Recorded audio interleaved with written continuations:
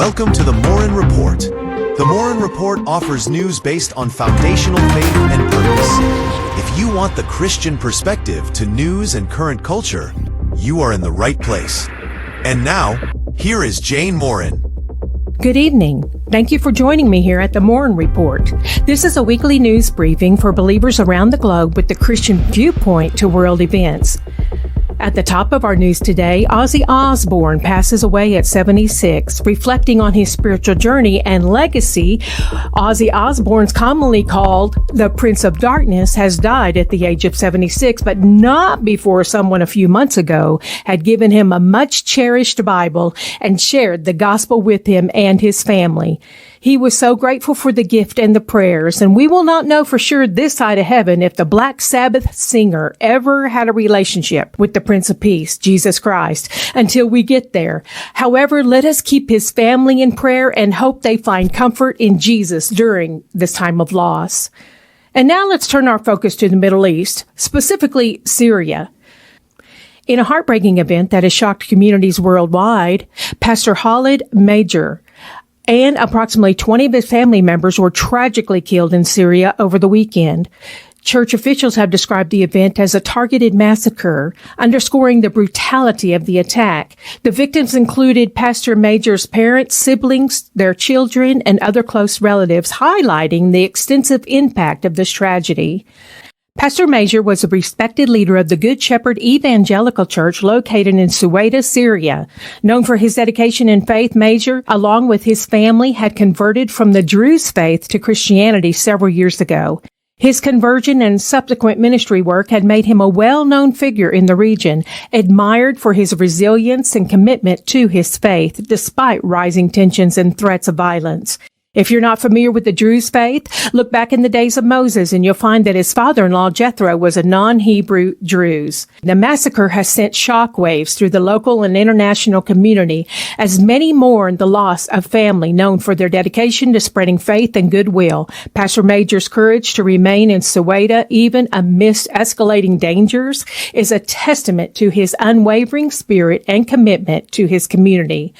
This tragic event highlights the ongoing challenges faced by religious communities in conflict zones and underscores the need for peace and understanding across diverse faiths. Back here in Texas, Chip and Joanna Gaines face backlash over their new show. The famed couple from HGTV's Fixer Upper have long been admired for their Christian values and family-friendly image. However, their latest venture on the Magnolia Network, Back to the Frontier, has sparked controversy.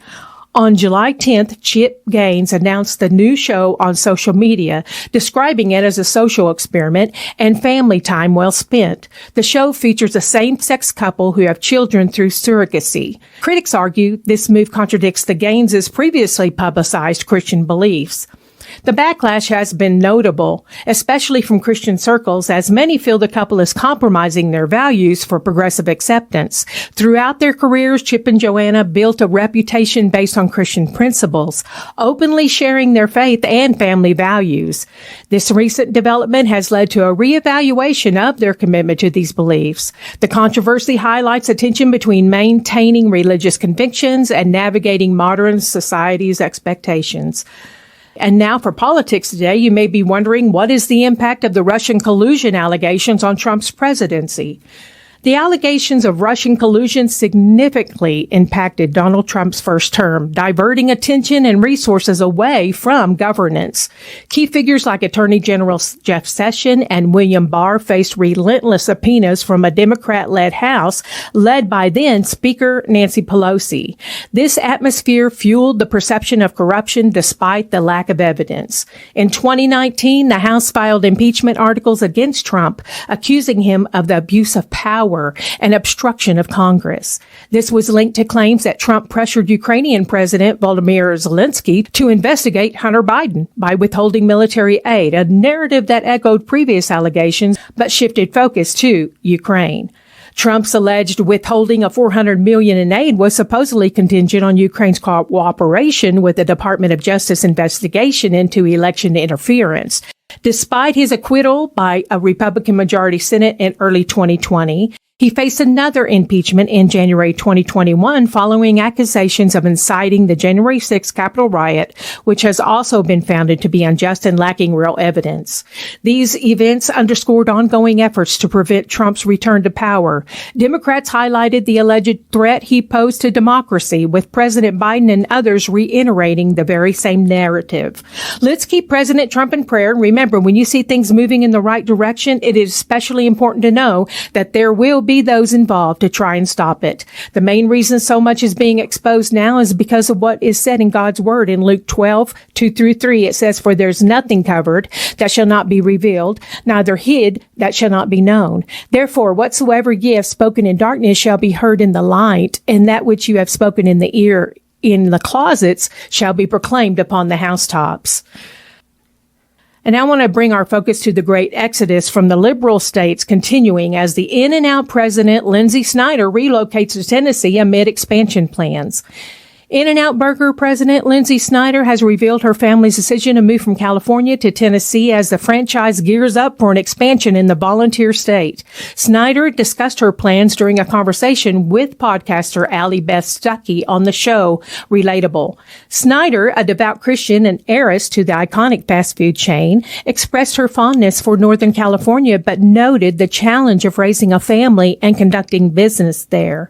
She said there are a lot of great things about California, but raising a family and doing business is not easy here, she remarked.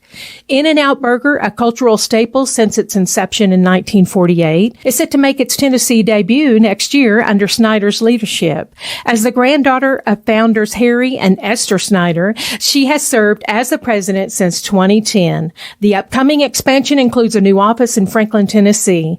Snyder is optimistic about the move, saying it'll be wonderful having an office out there, growing out there, and having families join us. This is just another example why so many businesses are moving out of the Golden State, because though, according to Trump and his administration, the golden era of America is not something that most Californians have voted for.